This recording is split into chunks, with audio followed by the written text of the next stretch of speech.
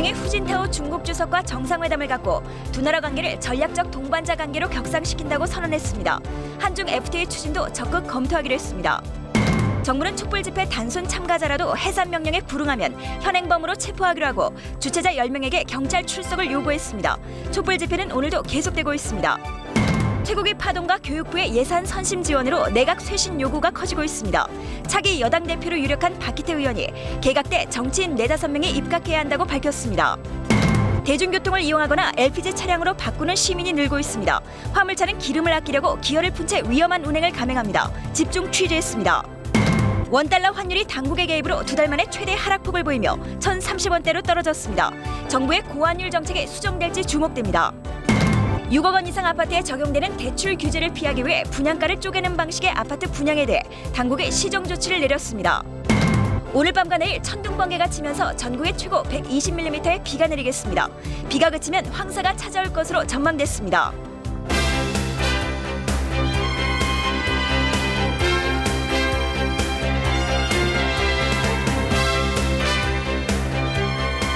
Talk, play, love. 애니콜이 9시를 알려드립니다.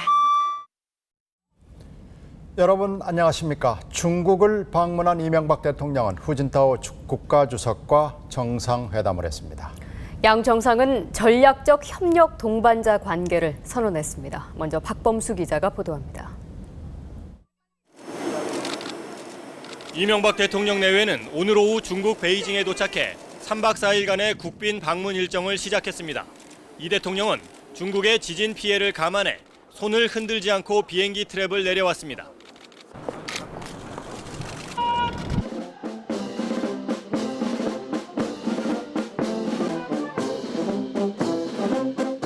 이 대통령과 후진타오 주석은 인민대회당에서 1시간 넘게 단독 확대 정상회담을 가졌습니다.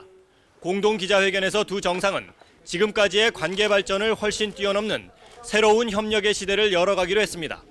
양국 관계를 전면적 협력 동반자 관계에서 전략적 협력 동반자 관계로 격상하기로 합의하였습니다. 中韩关系正处在一个新的历史起点上，面临着新的发展机遇。 전략적 협력 동반자 관계는 중국과 북한의 전통적 우호 협력 관계 바로 아래 단계로 중국이 러시아, 인도 같은 대국과 맺고 있는 관계와 같은 수준입니다. 2년 전 북한을 의식해 우리의 전략적 관계 제의를 거절했던 중국이 이번에 관계 격상을 하자고 나온 건 우리나라가 중국에 큰 영향을 미칠 수 있는 국가에 포함됐음을 의미한다고 청와대는 설명했습니다. 두 정상은 앞으로 외교 당국 간 전략 대화를 정기적으로 개최해 핵심 의제들을 긴밀하게 협의하기로 했습니다. 베이징에서 MBC 뉴스 박범수입니다. 한중 두 정상은 자유무역 협정을 적극 검토한다는 뜻을 밝혔습니다. 계속해서 박재훈 기자입니다. 두 정상은 그동안 연구만 해왔던 한중 FTA를 양국 정부 차원에서 논의해 나가기로 했습니다. 한중 관계 FTA는 산관학 공동 연구 결과를 바탕으로 해서 추진 문제를 계속 적극 검토해 나가기로 하였습니다. 중국은 섬유와 철강 산업의 피해를 우려하는 우리와 달리 FTA에 적극적인데 오는 7월로 예상되는 후진타오 주석의 방한 때 보다 구체적인 밑그림이 그려질 것으로 보입니다. 우리 정부의 비핵 개방 3천 정책에 대해 중국 측은 원론적인 공감만을 표시했습니다. 中方真诚希望南北关系不断改善和发展。 두 정상은 남은 형기가 1년 이상인 상대국 수용자는 본국으로 보내 수감 생활의 고통을 덜어주자는 수형자 이송 조약에 서명했습니다. 양국은 또 초등학교와 중학교, 고등학교의 졸업 자격을 서로 인정한다는 양해각서도 체결했습니다. 베이징에서 MBC 뉴스 박재훈입니다. 다음은 촛불 집회 관련 소식으로 넘어가겠습니다. 촛불 집회가 사흘 계속해서 시위로 이어지자 정부가 전방위로 압박에 들어갔습니다. 검찰은 공안협의회를 열고 경찰은 집회 주최한 측에 소환을 통보했습니다. 이혜인 기자가 전하겠습니다. 경찰은 오늘 촛불문화제를 주최한 단체의 운영자들에게 다음 달 2일까지 출석할 것을 통보했습니다. 출석을 요구받은 사람은 광우병 국민대책회의 박원석 실장과 백승균 미친소단넷 운영자 등 10명입니다. 박 실장 등은 부당한 소환 요구에 응하지 않겠다며 거부 입장을 분명히 했지만 경찰은 소환에 계속 불응할 경우 체포영장을 신청하는 방안도 검토 중입니다. 검찰도 오늘 경찰청 등 유관기관과 긴급 공안 대책회의를 갖고 불법 시위에 대한 엄정 처벌 방침을 재확인했습니다. 검찰은 쇠파이프를 휴대하거나 돌멩이를 던지는 극렬 시위대는 구속 수사하고 단순 참가자라도 도로를 점거하거나 해산 명령에 불응하면 현행범으로 체포하기로 했습니다. 또 인터넷 IP 추적 등을 통해 주동자와 배후 세력은 끝까지 추적해 처벌하겠다고 밝혔습니다. 검찰의 이 같은 전방위 압박은 당장의 사법 처리보다는 거리 시위가 더 이상 확산되는 것을 차단하기 위한 것으로 보입니다. 검찰은 국민의 입을 막는다는 비판을 의식한 듯 평화적인 촛불 집회는 최대한 보장하겠다는 입장도 함께 밝혔습니다. MBC 뉴스 이혜인입니다. 정부가 강경 대응을 밝혔지만 오늘도 거리 시위는 계속될 것으로 보입니다. 촛불문화제 현장에 가 있는 취재기자 연결하겠습니다. 오혜정 기자. 네, 비가 올 것으로 예보됐지만 이곳 청계광장에는 1,500여 명이 넘는 시민들이 모였습니다. 이들은 미국의 쇠고기 수입 제협상과 연행자 석방을 요구하며 2시간 넘게 집회를 계속하고 있습니다. 광화문 사거리에도 200여 명이 거리 시위를 준비하고 있습니다. 정부의 강경 방침에도 불구하고 오늘도 거리 시위는 계속될 것으로 예상됩니다. 경찰은 만일의 사태에 대비해 80개 중대 7천여 명을 청계광장과 청와대 주변에 배치했습니다. 집회 참가자들은 시위 도중 연행된 시민들을 빨리 풀어주라며 목소리를 높였습니다. 이게 가슴이 아팠고요. 그걸 보면서 당연히 일어나지 않아야 할 일이기 때문에 빨리 다시 나와서 함께 공통된 주장을 다시 외쳤으면 좋겠다고 생각을 했습니다. 이에 앞서 오늘 새벽에는 촛불 집회에 참가했던 시민 2천여 명이 명동을 거쳐 종로까지 거리 시위에 나섰다가 경찰과 몸싸움을 벌였습니다. 시민 29명이 추가로 경찰에 연행됐고 이 중 고등학생과 장애인 등을 제외한 26명은 아직도 경찰 조사를 받고 있습니다. 사흘 연속 열린 미국산 쇠고기 반대 거리 시위에서 연행된 참가자는 훈방 조치된 고등학생까지 모두 98명입니다. MBC 뉴스 오혜정입니다. 네, 시간이 지나도 촛불 시위가 줄어들지 않자 경찰은 배후 세력을 지목하고 있습니다. 참가 시민들은 배후는 무슨 배후냐고 반발하고 있습니다. 김세진 기자의 보도입니다. 촛불 문화제에 참석한 사람들이 약속이나 한 듯 도로 행진을 시작합니다. 정부랑 연결해 갑시다. 어쨌든 예. 저기요. 수백 명씩 무리지은 시민들은 세네 갈래로 갈라져 서울 곳곳에서 도로 행진을 벌였습니다. 경찰에 막히면 그때마다 선두에 선 사람들이 방향을 바꿔 행진은 새벽까지 계속됐습니다.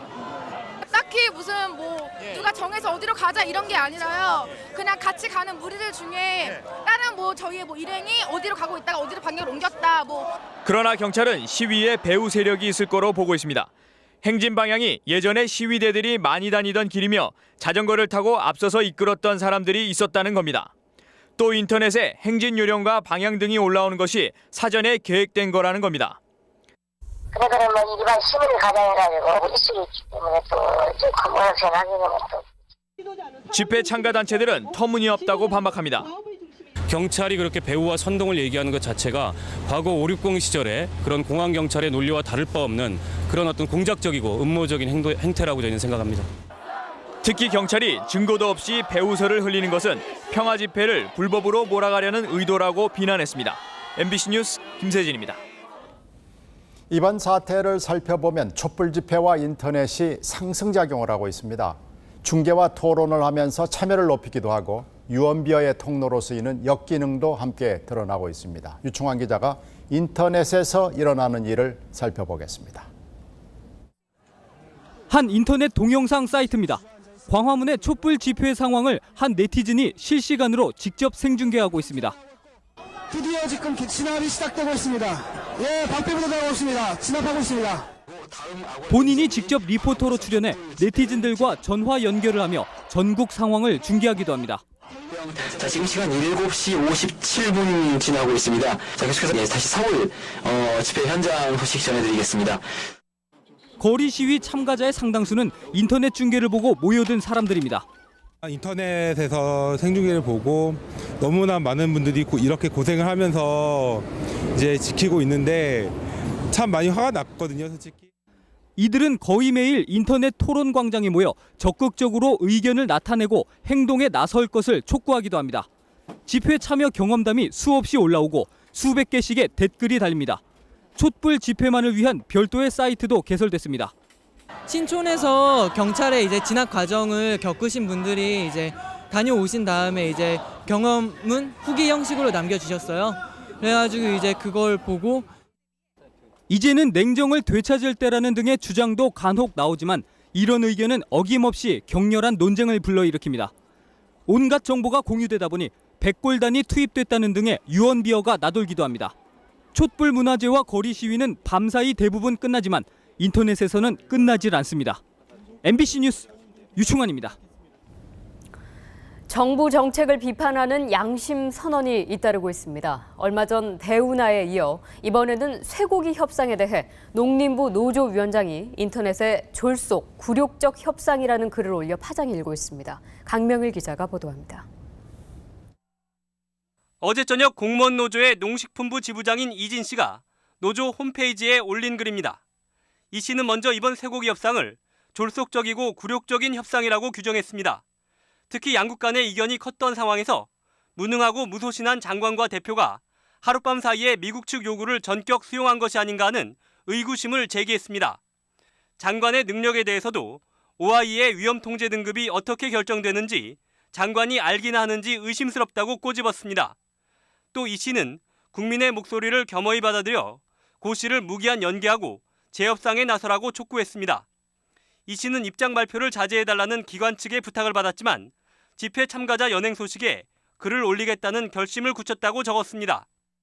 촛불 시위도 하고 전체 국민들의 그 목소리가 계속 들려 나오기 때문에 농림부 그 공무원 노동조합 농림부 지부장으로서 양심상 자기가 이런 부분에 대해서 그 성명서를 발표해야 되지 않나. 이 씨는 개인 자격으로 글을 올린 뒤 연락을 끊고 휴가를 떠났습니다. 6급 직원인 이 씨는 농식품부 기획재정관실에서 근무하면서 노조 지부장을 겸하고 있습니다. 정책 실무를 맡고 있는 전문가 집단과 공무원들의 반발이 성명으로 가시화되면서 정권 초기의 국정과제 수행에 부담이 되고 있습니다. MBC 뉴스 강명일입니다. 네, 이런 와중에 교육부와 농림부 장관의 어이없는 처신은 정부에 대한 신뢰를 더 떨어뜨리고 있습니다. 이러다 보니 문제 장관들을 바꿔야 한다는 목소리가 힘을 얻고 있습니다. 이상호 기자입니다. 교육과학기술부는 자녀의 학교를 방문해 나라 예산으로 지원금을 주기로 약속한 실국장 2명에게 보직 해임의 중징계를 내렸습니다. 뭐 엄밀히 따지면 어느 누구의 잘못도 아니고 근데 그렇죠. 어쨌든 간에 네. 뭐 이제 대외적으로 뭐 장관님 책임이라면 장관님 책임 아니에요? 글쎄 그거를 그거는 뭐 제가 뭐라고 말씀드릴 수 있는 부분은 아니고. 장관 자신이 직원들에게 모교나 자녀 학교를 방문해 지원금을 주라고 지시해놓고 지시에 따른 부하들만 징계하는 건 책임 회피라는 비판이 나오고 있습니다. 김 장관은 또 본인도 모교에 나라 예산 2천만 원을 동문 선배의 이름으로 내놓고 관례라고 둘러댔다가 뒤늦게 사과하는 등 안이한 대응으로 일관했습니다. 김도현 장관은 후배들에게 우주 식품 세트를 담은 과학 선물 세트도 함께 증정했습니다. 여기에는 장관이 이 학교 18회 졸업생이라고 하는 글귀가 번듯하게 박혀 있습니다. 쇠고기 협상 주무부처 장관인 정운천 농림수산장관은 해임 건의안 표결을 앞두고 전국 각 지역의 기초단체장들에게 자신에 대한 지지 서명을 하도록 했다는 의혹을 사고 있습니다. 국민들로부터 위임받은 권력을 좀 사유화하려 했던 일부 광녀들의 부적절한 처신은 현재 어려움을 겪고 있는 정부에 대한 불신을 더욱 크게 하는 것 같습니다. 청와대는 아직 정부 출범 초기인 만큼 인적 쇄신은 없다는 입장이지만 더 이상의 민심 위반을 막기 위해 취임 100일에 때 맞춰 일부 장관의 경질을 단행할 가능성도 있습니다. MBC 뉴스 이상호입니다. 현 내각을 질책하는 분위기는 여당 내에서도 느껴집니다. 다음 개각에 정치인 4-5명을 장관으로 입각시켜야 한다는 의견이 대놓고 나오고 있습니다. 이동혜 기자입니다. 한나라당의 차기 대표로 유력하게 거론되는 박희태 의원은 새 정부 첫 내각의 정치적 판단력과 경험 부족을 질타했습니다. 설사 취지가 아무리 좋은 정책이라도 민심의 호응을 받지 못하면 집행이 어려운 법인데 학계와 재계 경험만 가진 일부 강요들이 이런 점을 소홀히 한 탓에 문제를 일으키고 있다는 겁니다. 그래서 다음 개각에서 경험이 풍부한 정치인 4, 5명을 장관으로 입각시켜 내각의 정치력을 키워야 한다고 강조했습니다. 의원들은 검증된 사람들이고 당정 간의 관계가 아주 원활하고 서로 아주 손잡고 국사를 거둘 수 있다. 18대 국회를 이끌 홍준표 신임 원내대표와 임태희 정책위 의장도 공감을 나타냈습니다. 전문성만 두고 보면 차관만 있으면 됩니다. 근데 행정부의 장관직을 둔 것은 전문성 이외에 정무 판단 능력이 있는 사람을 장관을 하라는 거죠. 현 내각의 일처리가 거의 낙제점에 가깝다는 강도 높은 공개 비판까지 여당 일각에서 터져나왔습니다. 말 많은 소수의 꼬리 잡기에 급급해서 말 없는 다수 저소득층의 시름, 한숨, 눈물에 지금 무대책인 상황입니다. 정말 한심합니다. 한나라당 내에선 개각에 대비해 당내 정책통 의원들을 강요 후보로 추천하는 방안도 검토되고 있습니다. 특히 갈등 조정과 정무적 판단 능력이 업무 수행에 필수적인 보건복지, 농식품부, 교육, 노동통일부 등의 정치인 장관 필요성이 제기되고 있습니다. MBC 뉴스 이동혜입니다. 17대 국회가 막판까지 평행선을 달리고 있습니다. 오늘도 여야의 난타전은 계속됐습니다. 이정신 기자입니다. 한나라당은 연일 촛불 집회와 가두 시위에 배후 세력이 있다며 철저한 수사를 촉구했습니다. 동시에 쇠고기 문제를 걸어서 한미 FTA 비준을 거부하는 야당을 공박했습니다. 이것은 결국은 이러한 막대한 경제적 이익을 얻을 수 있는 것을 상실케 함으로써 결국 국민에게 손해를 끼치고 국가에 손해를 끼치는 배임 행위라고. 차기 원내대표인 홍준표 의원은 민주당 손학규 대표를 찾아 17대 국회가 어렵다면 18대 국회 최우선 과제로 FTA를 처리하자고 요청했습니다. FTA 찬성론자였던 손 대표는 FTA 비준을 망친 건 이명박 대통령이라며 쇠고기 재협상이 해법이라고 못을 박았습니다. 이번에 FTA 안 된 거는 이명박 대통령 때문에 안 된 거야. 아니 쇠고기 봐도 그 쇠고기 협상을 그렇게 한꺼번에 그냥 이저 엉망을 만들어 나가고서는. 야당은 촛불 집회에 배후가 있다면 다름 아닌 광우병 사기극을 벌인 이명박 정부라면서 연행자 석방과 수사 중단을 요구했습니다. 한편 한나라당은 임채정 국회의장을 찾아가 한미 FTA 비준안 직권 상정을 요구했고, 민주당, 민노당은 한승수 국무총리를 찾아 쇠고기 장관고시를 강행하지 말라고 압박하는 등 양보도 타협도 없는 대치정국은 17대 국회 마감 이틀을 남긴 오늘도 계속됐습니다. MBC 뉴스 이정신입니다. 정부가 미국 쇠고기 새 수입 조건 고시 날짜를 조율 중입니다. 반발 여론이 거리 시위로까지 이어지자 눈치를 보고 있습니다. 백승우 기자입니다. 농림수산식품부는 차관 주재로 비공개 회의를 열고 어제 귀국한 미국 현지 도축장 점검단의 최종 보고를 받았습니다.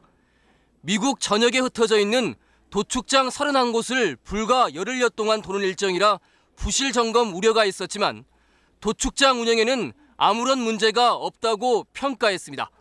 미국 작업장들이 자기 규정에 의해서 상당히 위생적으로 관리하고 있는 것으로 지금 평가가 되고 있습니다. 미국산 곱창을 수입할 때 조직 검사를 실시하기로 한 것처럼 바뀐 국내 정밀 검사 사항들을 수입 업체들에 설명하기 위한 날짜도 이미 다음 주 화요일로 잡았습니다. 정부는 또 내일 축산 단체장들을 불러 미국산 쇠고기 개방에 따른 후속 대책들을 설명하고 농가 달래기에 나섭니다. 새 수입 조건 고시를 위한 모든 절차가 마무리 단계에 접어들었습니다.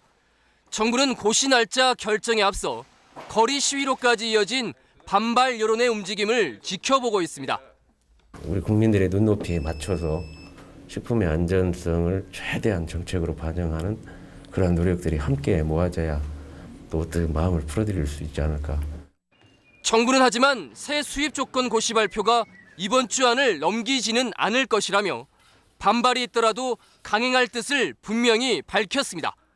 MBC 뉴스 백승우입니다. 요 며칠 무더웠는데요. 오늘 밤과 내일 전국에 꽤 많은 비가 내리겠습니다. 비가 그친 뒤엔 황사 소식이 있습니다. 김승환 기자입니다.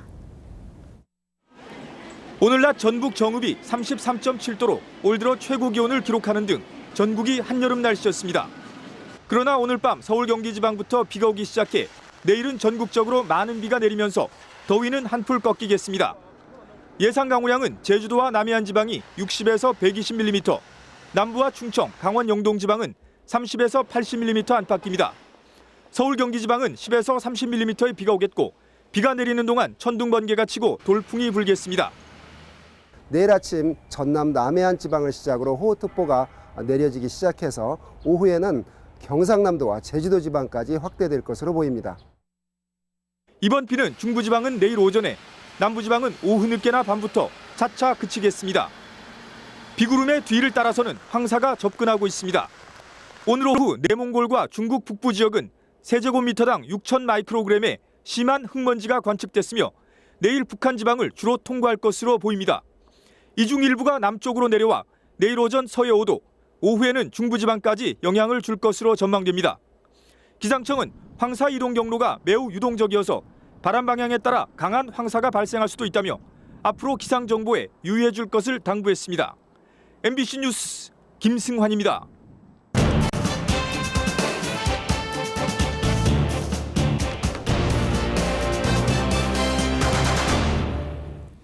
기름값이 오르면서 보통 사람과 업계를 모두 다 허리띠 조르기에 들어가게 하고 있습니다. 육해공이 다 어렵습니다. 이정은 기자가 돌아봤습니다. 퇴근 시간 서울 영등포의 한 주유소 앞. 차량들이 주유소 앞 도로의 한쪽 차선을 막고 길게 늘어서 있습니다. 이 주유소의 휘발유 1리터 가격은 1,828원. 동네에서 가장 싸다는 입소문이 나자 몰려든 겁니다. 그 근처에 주유소도 몇 군데 있는데 여기가 이제 싸다고 소문이 나서 일부러 여기를 방문하는 거죠. 상당수 직장인들은 아예 승용차 출근을 포기했습니다. 차량으로 출근하면 30만 원 정도 들어가는데 지하철 이용하면은 한 12~13만 원 정도 들어가요. 그러니까 한 3분의 1 정도가. 실제로 1년 전에 비해 서울 시내 버스 이용객은 하루 평균 34만 명, 지하철 이용객도 2만 명가량 늘었습니다. 업무용 차량을 사용할 수밖에 없는 경우에는 연료비가 싼 LPG 차량으로 개조하기도 합니다.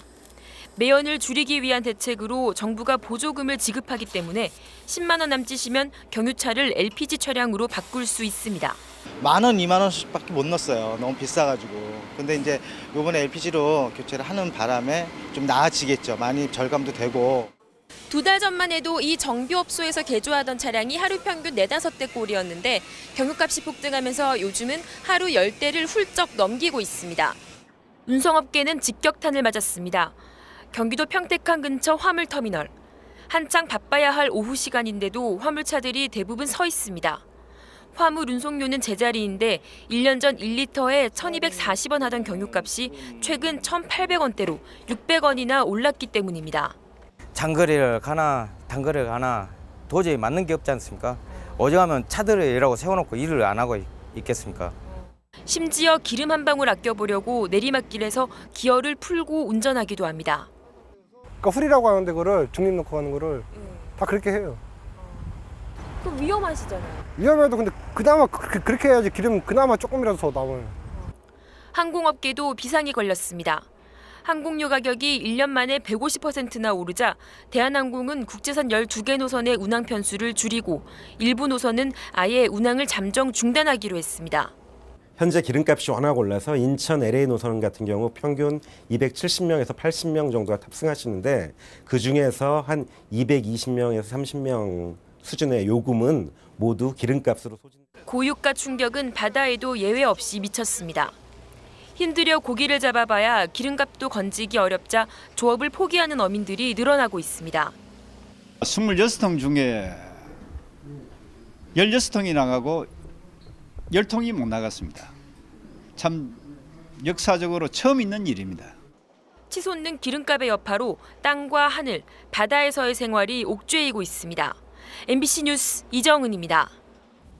원달러 환율이 당국의 개입으로 10원 넘게 급락했습니다. 정부가 그동안 유지해온 고환율 정책이 바뀌는 것으로 보입니다. 김수진 기자입니다.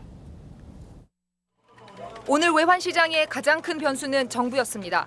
개장 직후 원달러 환율은 1,051원까지 치솟더니 당국의 개입으로 추정되는 물량이 쏟아지며 하락하기 시작했습니다. 1,040원대까지 떨어진 시점에 또 한 번 달러가 시장에 풀렸고 결국 원달러 환율은 2달 만에 최대 하락폭을 보이며 1,030원대로 떨어졌습니다. 외환시장 참가자들은 정부가 급격한 환율 상승을 용인하지 않겠다는 강한 의지를 표명한 것으로 받아들이고 있습니다. 레벨을 조금 아래쪽으로 내리면서 그 원화에 대한 어떤 상승 수준을 좀 낮추고자 하는 그런 의도가 있는 것으로 파악이 되고 있습니다. 정부는 그동안 수출을 늘려 경상수지를 흑자로 돌리기 위해서 환율 상승을 유도해왔습니다. 지난 8일에는 환율 급등은 자연스러운 현상이라고 했고 13일에는 물가의 부담은 되지만 경상수지 개선 효과가 있다고 말해 환율 상승을 부추겼습니다. 하지만 환율 상승이 수입 물가를 끌어올렸고 결국 전체 물가 불안으로 이어지면서 정부가 환율을 안정시키는 쪽으로 방향을 튼 것으로 보입니다. 130달러를 넘는 국제 유가도 정부가 고환율 정책을 그대로 고수하기 어렵게 만든 요인으로 분석됩니다. MBC 뉴스 김수진입니다. 정부 각 부처 자문위원회가 530개나 있었다고 합니다. 쓸데없는 게 많아서 이번에 절반 이상을 없앱니다. 이제는 위원회 만들 때 신중하게 하는 방법을 만들기로 했습니다. 보도에 조여정 기자입니다. 우주에서 사고가 날 경우에 대비해 교육과기술부 산하에 설치된 우주사고조사위원회. 10명의 조사위원들이 모인 건 작년에 위원회를 설립할 때 단 한 번뿐입니다. 실질적으로 이제 우주 사고가 흔하지 않을 뿐더러 우리나라 같은 경우는 또 그 우주 물체가 이렇게 인공위성이라든지 발사하는 게 좀 많지가 않잖아요. 가족과 건강 문제를 둘러싼 부처 간 이견을 조율하기 위해 총리실 산하에 만든 중앙건강가정정책위원회는 3년 동안 회의 한 번 하지 않았습니다. 대면위원회를 해서 좀 그래야 되는데 서면으로만 여태까지 했거든요. 이처럼 만들어 놓고 아무런 운영 실적이 없는 위원회가 63개나 됩니다. 위원회를 정책 실패의 책임 전가용으로 활용하는가 하면 빈번한 회의 소집에 따른 행정 낭비와 함께 행정안전부는 이번 기회에 전체 정부자문위원회 530개 중 절반이 넘는 273개를 통폐합 과정을 거쳐 무더기로 없애기로 했습니다. 또 무분별한 위원회 설립을 막기로 했습니다. 이에 따라 정부는 앞으로 위원회를 신설할 때는 사전 협의 절차를 거치고 위원회 운영 기한을 명시하는 법안을 다음 달까지 제정해 국회에 내기로 했습니다. MBC 뉴스 조효정입니다. 6억 원 넘는 아파트를 분양받을 때 은행 대출이 어렵습니다. 이를 피하기 위해서 건설업체들이 비용을 쪼개는 편법으로 분양을 해왔는데요. 금융감독원이 안 된다고 하자 시장에 혼란이 생겼습니다. 정신혜 기자가 설명하겠습니다. 신동아건설과 동문건설이 지난 1월 분양한 일산 덕이지구 하이파크시티. 두 건설업체는 4,800여 가구를 분양하면서 분양가가 6억 원이 넘는 중대형 아파트에 대해 새로운 분양 방식을 도입했습니다. 이른바 분양가를 쪼개 계약하는 방식인데 분양가가 6억 8,400만 원인 153제곱미터 아파트의 경우 골조 상태로 5억 9,900만 원의 계약을 체결하고 입주 1년 전인 내년 말쯤 인테리어 비용으로 8천여만 원을 추가로 계약하는 방식입니다. 분양가가 6억 원이 넘으면 총부채 상환 비율 등 대출 규제를 받는데 이를 피하기 위해서입니다. 어떤 선택을 폭을 좀 넓히고 그다음에 금융상의 일부 좀 혜택을 좀 드리는 취지에서 저희가 이제 그 제도를. 하지만 금융감독원은 원래 분양가가 6억 원이 넘는 만큼 대출을 규제하라며 지난 1월 대출 은행들에게 시정 조치를 내렸습니다. 이로 인해 분양가의 최대 60%까지 받을 수 있던 대출이 40%로 줄어들었고 입주 예정자들의 부담도 커졌습니다. 만약 대출이 마련이 되지 않는다면은 당연히 입주도 안 될 거고 등기 자체가 안 되기 때문에. 특히 건설업체들은 금감원의 결정을 알고도 분양가 쪼개기를 계속한 것으로 드러났습니다. 1월 28일에 금융감독원에서 그것이 잘못됐다는 거잖아요. 근데 저는 3월 1일 계약자인 저한테도 아무 문제가 없다고 이렇게 계약서를 쓴 이 자체가 벌써 잘못된 거 아니에요? 건설업체들은 문제가 되자 제2금융권을 통해 나머지 대출을 알선해주고 추가 금융 비용도 부담하겠다는 입장이지만 입주 예정자들은 계약 해지를 요구하는 등 반발하고 있습니다. MBC 뉴스 정신혜입니다. 우리 군이 미국이 쓰던 아파치 롱보 헬리콥터를 사들이는 방안을 검토하고 있습니다. 이와는 별도로 한국형 헬리콥터 개발은 계속한다는 방침을 밝히고 있습니다. 김현석 기자입니다.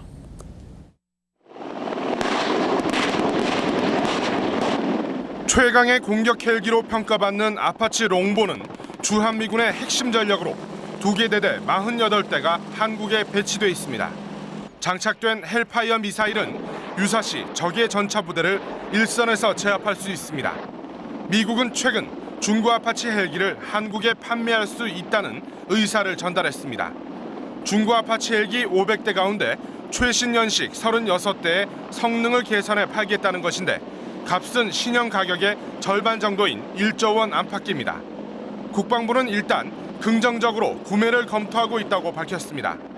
군 관계자는 현재 육군이 보유하고 있는 낡은 코브라 헬기를 대체할 한국형 헬기를 개발하려면 8년 정도가 걸리기 때문에 전력 공백을 메울 공격용 헬기를 도입해야 한다고 설명했습니다. 그러면서 현재 추진 중인 한국형 공격 헬기 개발 사업도 예정대로 진행할 계획이라고 덧붙였습니다. 한국형 공격 헬기는 274대가 개발될 예정인 것으로 알려졌습니다. MBC 뉴스 김현석입니다. 진도 앞 울돌목의 바닷물 빠르기는 손에 꼽힙니다. 이 빠른 조리로 이순신 장군이 외적을 접으섰죠.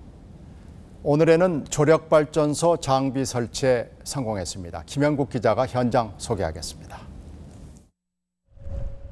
전라남도 해남과 진도 사이에 있는 울돌목. 바지선에 실린 거대한 크레인이 17층짜리 아파트만한 1000톤짜리 구조물을 바닷속에 내려놓고 있습니다. 바닷물의 빠른 흐름을 이용해 전기를 만드는 조류발전 장비입니다.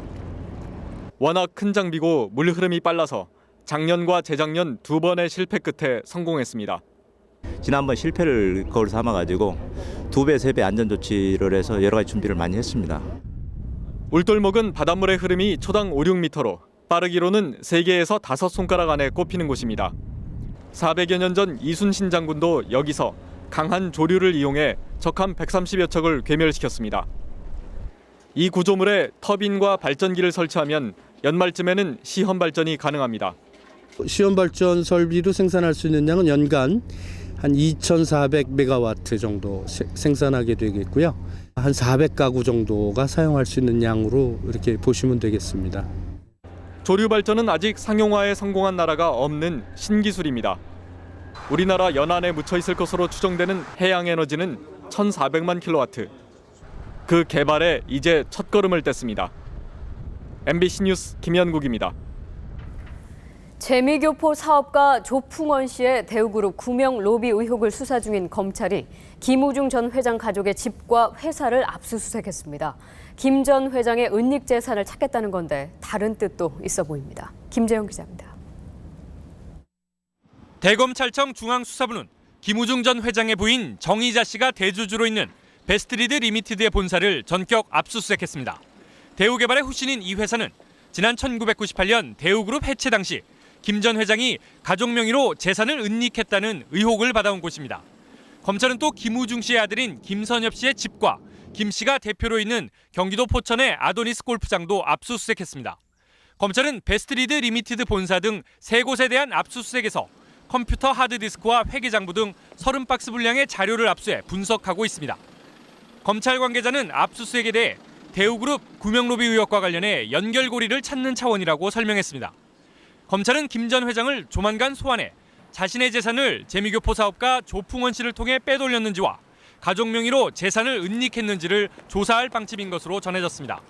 그러나 김 전 회장 측은 이들 업체가 대우그룹과는 무관한 회사라고 주장하고 있는 데다 이미 지난 2006년 자산관리공사가 김 전 회장이 딸에게 명의 신탁을 통해 재산을 은닉했다고 낸 소송에서 패소한 바 있어 입증이 쉽지 않아 보입니다. 이에 따라 검찰이 대우그룹 구명 로비 의혹과 관련해 김 전 회장을 압박해 입을 열게 하려는 것이 아니냐는 분석도 나오고 있습니다. MBC 뉴스 김재영입니다. 통합민주당의 18대 국회 새 원내대표에 수도권인 원혜영 의원이 선출됐습니다. 유재관 기자가 전합니다.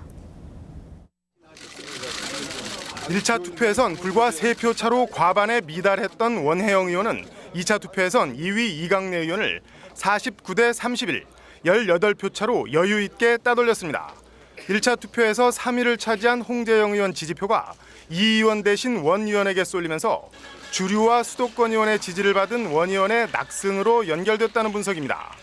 7월 전당대회에 대표로 출마한 후보들 중 선두주자로 알려진 정세균 의원이 호남권인 점을 감안해 원내대표에는 수도권인 원혜영 의원이 적합하다는 전략적 선택도 당선의 한 요인으로 꼽힙니다. 5년 뒤 우리 민주개혁 평화세력의 재집권으로 완성될 때까지 일관되게 튼튼하게. 원혜영 신임 원내대표는 쇠고기 재협상 없인 FTA 비준 처리에 응할 수 없다는 기존 당론을 재확인하면서도 당내 일각의 장외 투쟁 요구에 대해선 선을 그었습니다.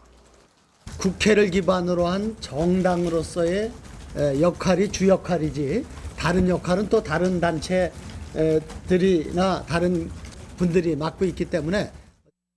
원혜영 신임 원내대표는 원 구성 문제도 여당과 대화와 소통으로 풀겠다는 뜻을 밝혔지만 쇠고기 정국을 둘러싼 극한 대치가 계속되는 상황이어서 원 구성 협상의 진통은 불가피해 보입니다. MBC 뉴스 유재광입니다. 한나라당 박근혜 전 대표와 홍준표 원내대표가 오늘 만나서 나흘 안에 복당 문제 결론을 내기로 했습니다. 일괄과 선별복당의 중재안으로 순차 복당이 제시될 것으로 보입니다. 왕중명 기자입니다.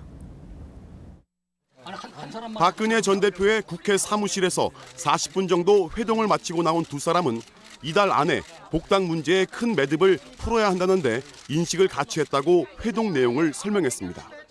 5월까지 공식적인 당의 결론을 내달라. 그때 5월까지 기다리겠다. 그리고 또 이제 새 홍 원내대표께서는 이제 최대한 그렇게 노력하겠다. 5월 30일부터 이제 이틀밖에 안 남았잖아요. 제가 이제 그 전에 이제 쭉 한번 여러 군데 노력을 해보고 5월 30일까지 하여튼 5월 말까지 결론이 나도록 노력을 한번 해보겠습니다.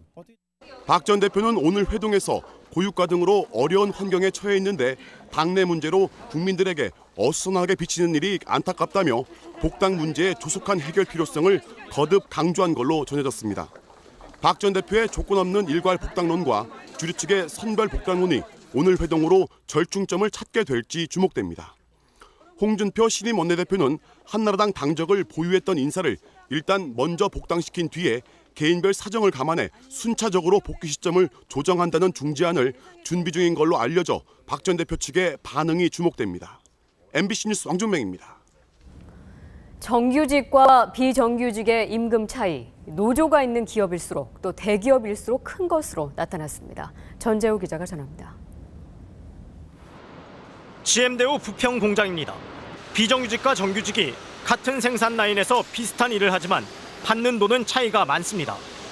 입사한 지 5년 된 정규직 직원의 기본급은 130만 원. 여기에 상여금과 가족수당 등을 더하고 시간의 수당을 제외하면 한 달에 평균 257만 원을 받습니다. 하지만 같은 5년 차라도 비정규직의 임금은 시간의 수당을 제외하고 한 달 평균 160만 원, 정규직의 62%에 불과합니다. 저희들이 느끼는 거는 돈보다는 먼저 그 인간적인 대우 같은 거거든요. 그러니까 이제 아파도 못 쉬고 사람이 없으니까. 노동부 조사 결과 비정규직의 평균 임금은 정규직의 85%로 나타났는데 특히 300인 이상 대기업에선 비정규직 임금이 정규직의 68%로 중소기업보다 차이가 더 컸습니다. 비정규직과 정규직의 임금 격차는 노동조합이 있는 기업에서 더 크게 벌어지는 것으로 나타났습니다. 노조가 없는 기업은 9.5% 차이가 난 반면 노조가 있는 기업에선 차이가 32.6%나 됐습니다. 정규직 중심의 교섭 결과가 임금 격차에 반영되고 있는 것으로 해석됐다. 노동부는 이번 조사 결과를 토대로 정규직과 비정규직의 임금 격차를 줄여나가겠다고 밝혔습니다. MBC 뉴스 전조우입니다. 노동부는 현재 한 번만 사용할 수 있도록 된 육아휴직을 자녀가 만 3살이 될 때까지 1년 기간으로 2번 나눠 쓸 수 있도록 관련 법을 개정해 다음 달 22일부터 시행하기로 했습니다. 새로 바뀐 육아휴직제를 여성 근로자들이 이용할 수 없게 하거나 남편에게 3일의 출산 휴가를 주지 않는 사업주에게는 과태료가 부과됩니다. 내년부터 초등학교 입학 기준이 3월 이후 출생에서 1월 이후 출생으로 변경됨에 따라 1월과 2월 출생 아동은 1년 늦게 초등학교에 입학하게 됩니다. 또 부모가 원할 경우 읍면동사무소에 신청서만 접수하면 자녀의 초등학교 입학 시기를 1년 앞당기거나 1년 늦출 수 있습니다. 인천지검 부천지청은 한나라당 18대 당선자 가운데 처음으로 비례대표 2번 임두성 당선자를 사법 처리하기로 했다고 밝혔습니다. 임 당선자는 지난 1991년과 92년 공갈 등의 혐의로 2차례 징역형을 선고받았지만 지난달 총선 출마 당시 이 사실이 누락된 기록을 선관위에 제출해 자신의 전과를 고의로 숨긴 혐의를 받고 있습니다. 검찰이 카지노 임대업체 부당 선정 의혹과 관련해 한국관광공사의 자회사인 그랜드코리아 레저와 카지노 영업장 2곳 등 7곳에 대해 압수수색을 실시했습니다. 검찰은 관광공사가 건축법상 카지노 영업장을 설치할 수 없는 업체를 임대업체로 선정한 경위와 일부 임직원들의 횡령 의혹을 조사하기 위해서 압수수색을 했다고 밝혔습니다. 중국에 오늘 또다시 여진이 있었습니다. 언제 터질지 모르는 지진 호수 해체 작업이 본격적으로 진행 중입니다. 베이징에서 박상호 특파원이 보도합니다. 오늘 오후 스촨성 칭천과 인근 섬서성에서 각각 리터 규모 5.4와 5.7의 여진이 또 발생했습니다. 그제 6.4의 강한 여진으로 1000여 명의 사상자가 난 지 이틀 만에 또 여진이 발생해 주민들은 다시 공포에 떨어야 했습니다. 이딴 여진 속에서 붕괴 위험이 더욱 높아진 탕자산 인근 지진호수 해체 작업도 숨가쁘게 진행되고 있습니다. 수천 명의 병력과 중장비, 다이너마이트가 동원된 가운데 물길을 돌릴 수로를 만드는데 박차를 가하고 있습니다.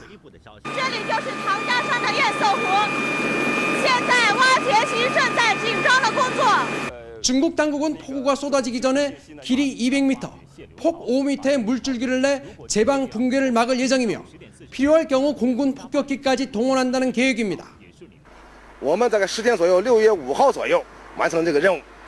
하류 지역인 매냥과 장여우 등에서는 호수 붕괴에 대비해 이재민들이 다시 텐트를 걷어 고지대로 대피하고 있습니다.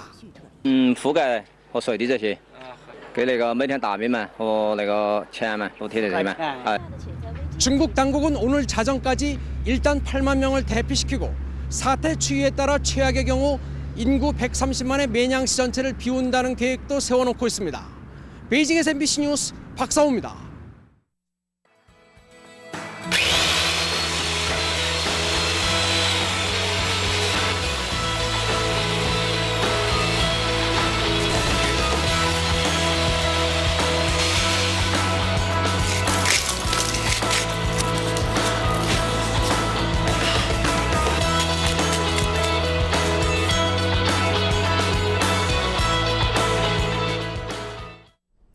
오늘 밤부터 전국에 비가 옵니다. 특히 남해안을 중심으로 많은 비가 쏟아지겠습니다.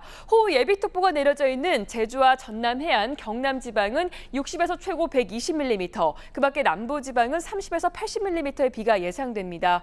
영동과 충청 지방은 20에서 70, 서울 경기와 영서 지방은 10에서 30mm가량의 비가 예상됩니다. 또 밤새 천둥, 번개와 돌풍 피해 없도록 대비를 잘 하셔야겠습니다. 이번 비는 내일 오후에 서해안 지방부터 그치겠지만 비가 그친 뒤에는 중부지방을 중심으로 황사가 나타나겠습니다. 현재 우리나라의 폭넓은 기압골이 자리 잡은 가운데 내륙지방을 중심으로 비구름이 계속 유입되고 있습니다. 이 비구름은 오늘 밤사이 내륙지방을 통과해 내일은 동해로 점차 물러날 것으로 보입니다. 또 중국 내륙에선 황사가 발생했습니다. 이 황사는 내일 비구름의 뒤를 따라 이 북한과 중부지방으로 밀려올 것으로 전망됩니다. 다음은 각 지역별 자세한 내일 날씨입니다. 내일은 전국에 비가 오겠고 낮부터는 중부지방을 중심으로 황사 현상이 있겠습니다. 아침 기온은 서울과 부산 17도, 낮 기온은 서울 20도가 예상됩니다. 울릉도와 독도 지방 비가 예상되고요. 물결은 대부분 해상에서 높게 일겠습니다.